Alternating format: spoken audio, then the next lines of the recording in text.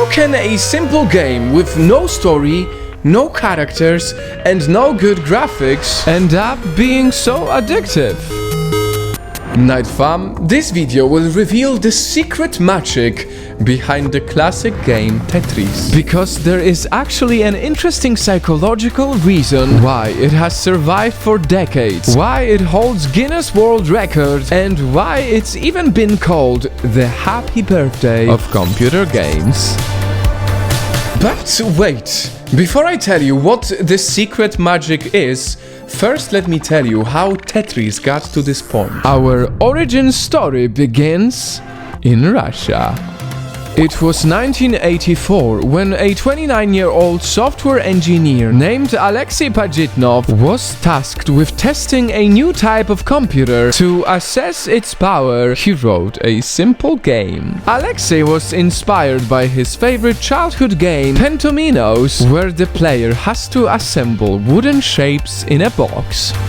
But in his mind, he imagined the pieces falling from above, with players needing to arrange and put them in place as they go down. He combined the Latin word tetra, which is 4, because each piece has 4 squares, with the word tennis, his favorite game. And that's how he gave birth to Tetris.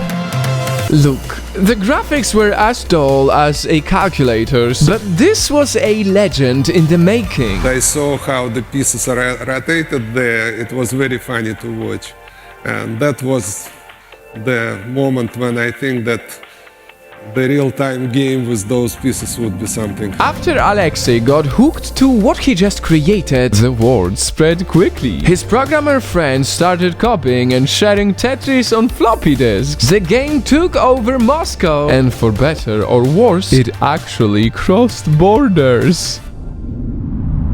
Mind you, at that time, Russia was extremely guarded and wary of anything foreign. So, when Alexei's game ended up being shown at an exhibit in Hungary, which then caught the eye of a salesman visiting from the UK, he wanted to secure the rights and sell it in the West. It became a huge political headache. Alexei spoke bad English then, so his answer to the salesman was misunderstood as a yes. Confused by this, the salesman from the UK started producing the game to prepare for launch. And soon enough, a Soviet organization found out about it and said it was illegal. I won't get into the boring details of legal battles, so long story short, eventually Tetris got released as a commercial PC game outside Russia, and Nintendo's Game Boy console picked it up and made it even more popular. Sadly though, during its early peak,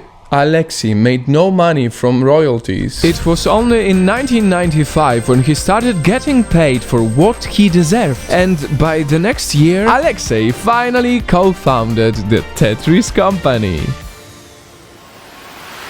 After those complicated legal battles, fast forward to now, Tetris has become so iconic that even the Tetris pieces have their nicknames. And like I said at the beginning, the addiction is real. So real that there is a name for it, the Tetris syndrome. Those who play it for too long have ended up dreaming about falling pieces or seeing real-world objects as Tetris pieces they can mentally arrange.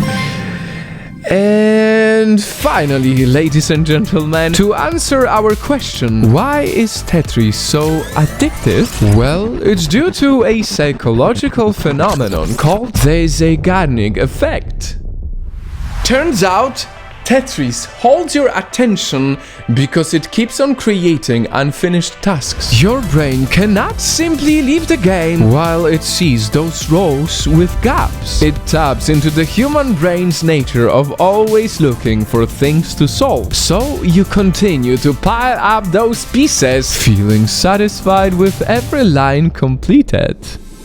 Amazingly genius. Add to that the scientific research that claimed Tetris could help people recover from post-traumatic stress, give up smoking, lose weight, and even treat lazy eye. Nightfall. I am confident that all the headaches Alexei Pajitnov had to suffer for the sake of this masterpiece were all just like Tetris pieces dropping from above. Because in the end, these puzzle pieces neatly fell into place and gifted the world with timeless source of entertainment.